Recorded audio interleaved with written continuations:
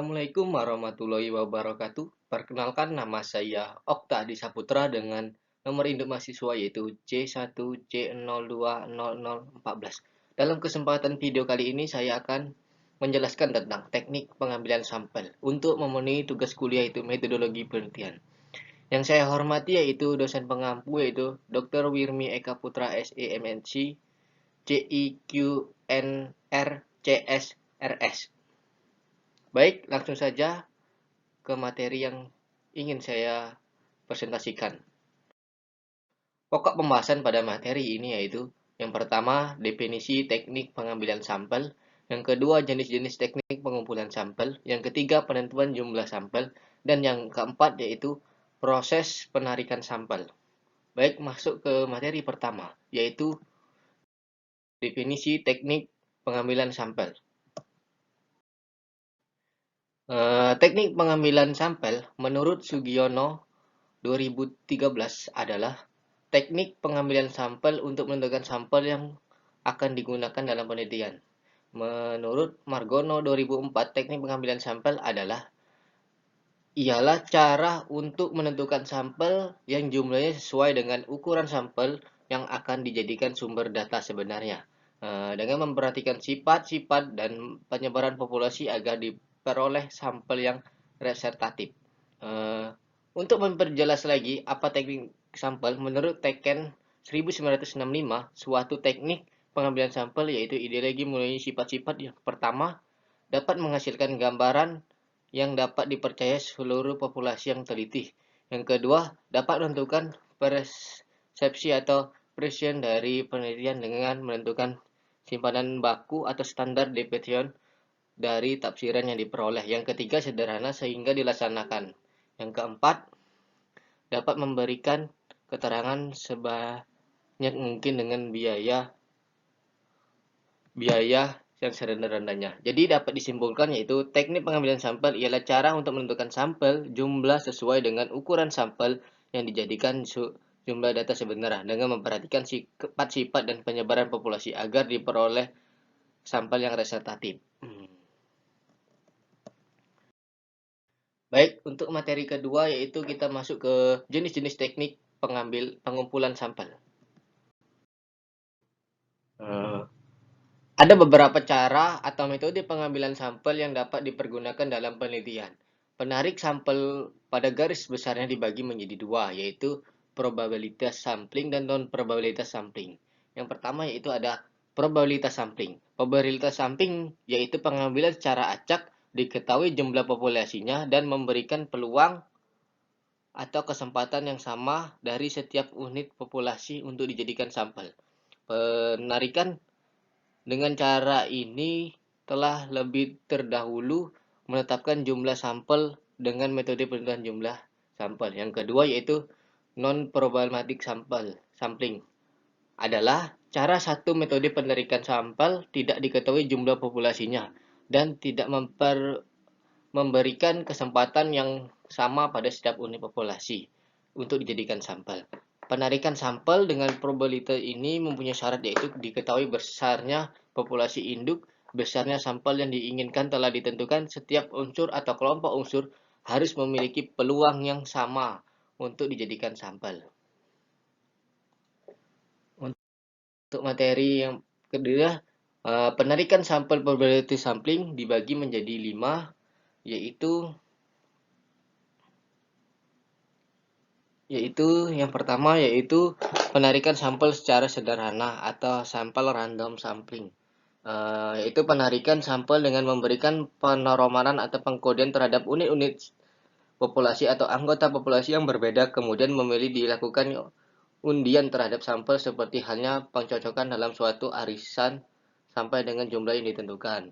Yang kedua yaitu penarikan sampel acak sistematik atau systematic random sampling.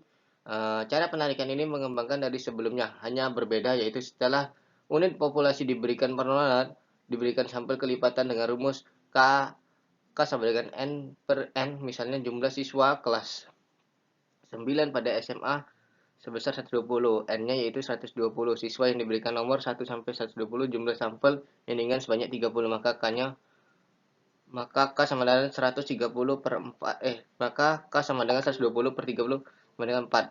4 siswa bernomor 1 sampai 4 dilakukan dan pilih secara 4 dan hasil sebagian sampel pertama. Baik, yang ketiga adalah penarikan sampel random bertahap atau random multagir. Penarikan sampel ini merupakan variasi pendekatan acak estimasi terapi lebih kompleks.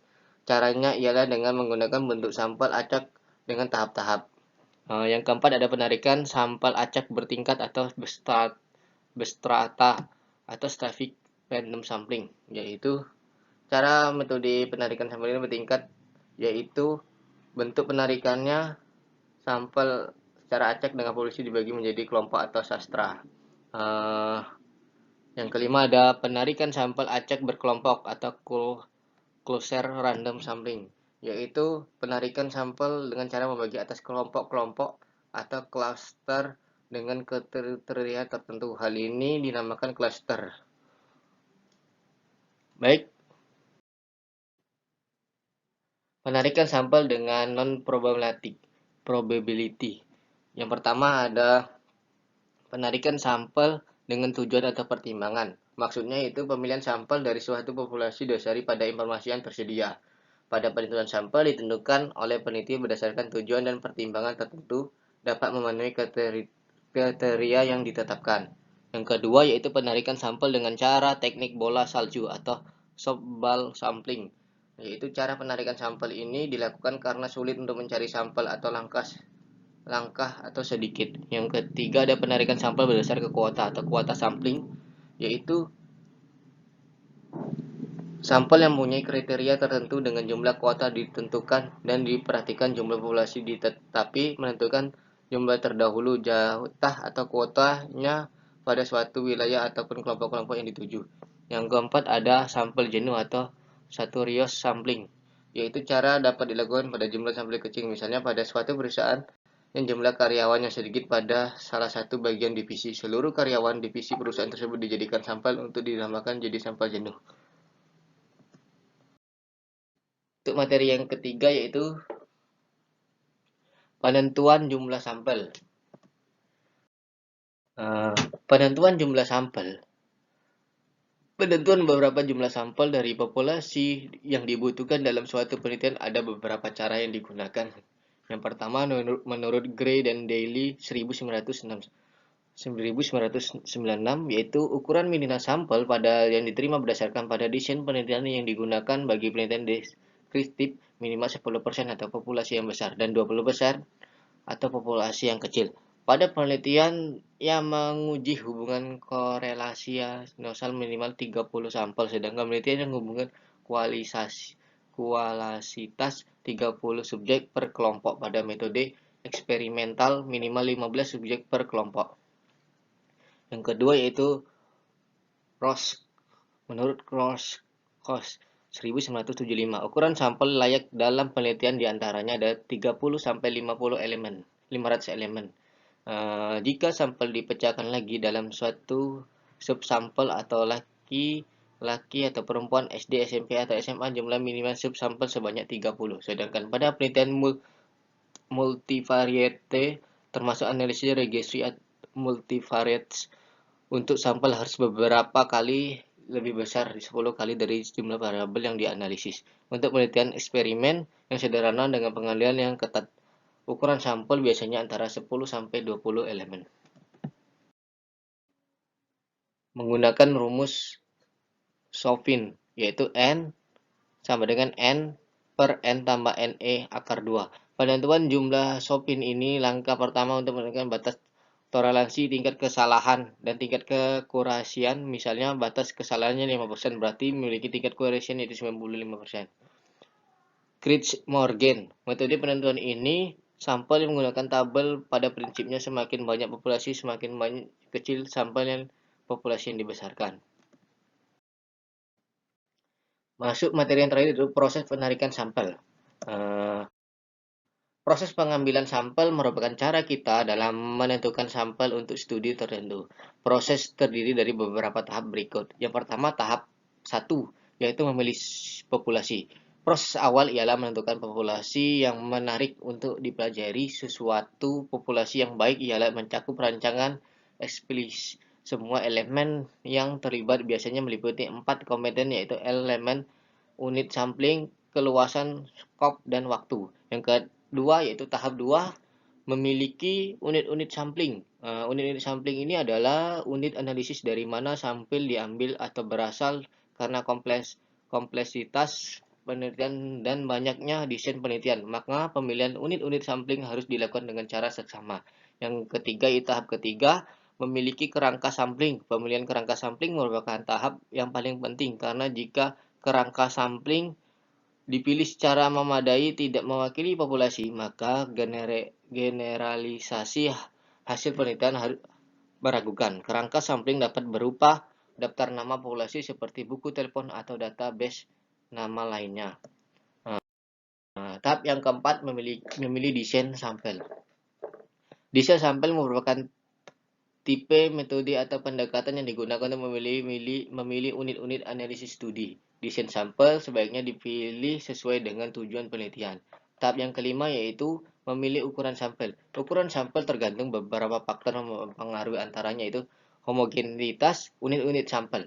Secara umum, semakin mirip unit sampel dalam suatu populasi, semakin kecil sampel yang dibutuhkan untuk memperkirakan parameter populasi. Yang kedua ada kepercayaan. Kepercayaan mengacu pada suatu tingkat tertentu di mana penelitian ingin merasakan yakin bahwa yang bersangkutan memperkirakan secara nyata parameter populasi yang benar. Semakin tinggi tingkat kepercayaan maka yang diinginkan, maka semakin besar ukuran sampel yang diperlukan. Yang ketiga ada persis. Persis mengacu pada ukuran kesalahan standar estimasi. Untuk mendapatkan presis besar yang dibutuhkan, ukuran sampel ialah besar pula. Yang ke yang keempat ada kekuatan statistik, ialah istilah mengacu pada kemampuan mendeteksi perbedaan dalam situasi pengujian hipotesis untuk mendapatkan kekuatan tinggi. Penelitian menemukan sampel yang besar. Yang kelima ada prosedur analisis. Tipe prosedur analisis yang dipilih untuk analisis data dapat juga mempengaruhi seleksi ukuran sampel. Yang keempat adalah biaya, waktu, dan personil. Pemilihan ukuran sampel juga harus mempertimbangkan biaya, waktu, dan tenaga pencacahan. Sampel juga akan menentukan biaya besar, waktu, biaya dan populasi yang besar. Tahap yang keenam yaitu memilih rencana sampling.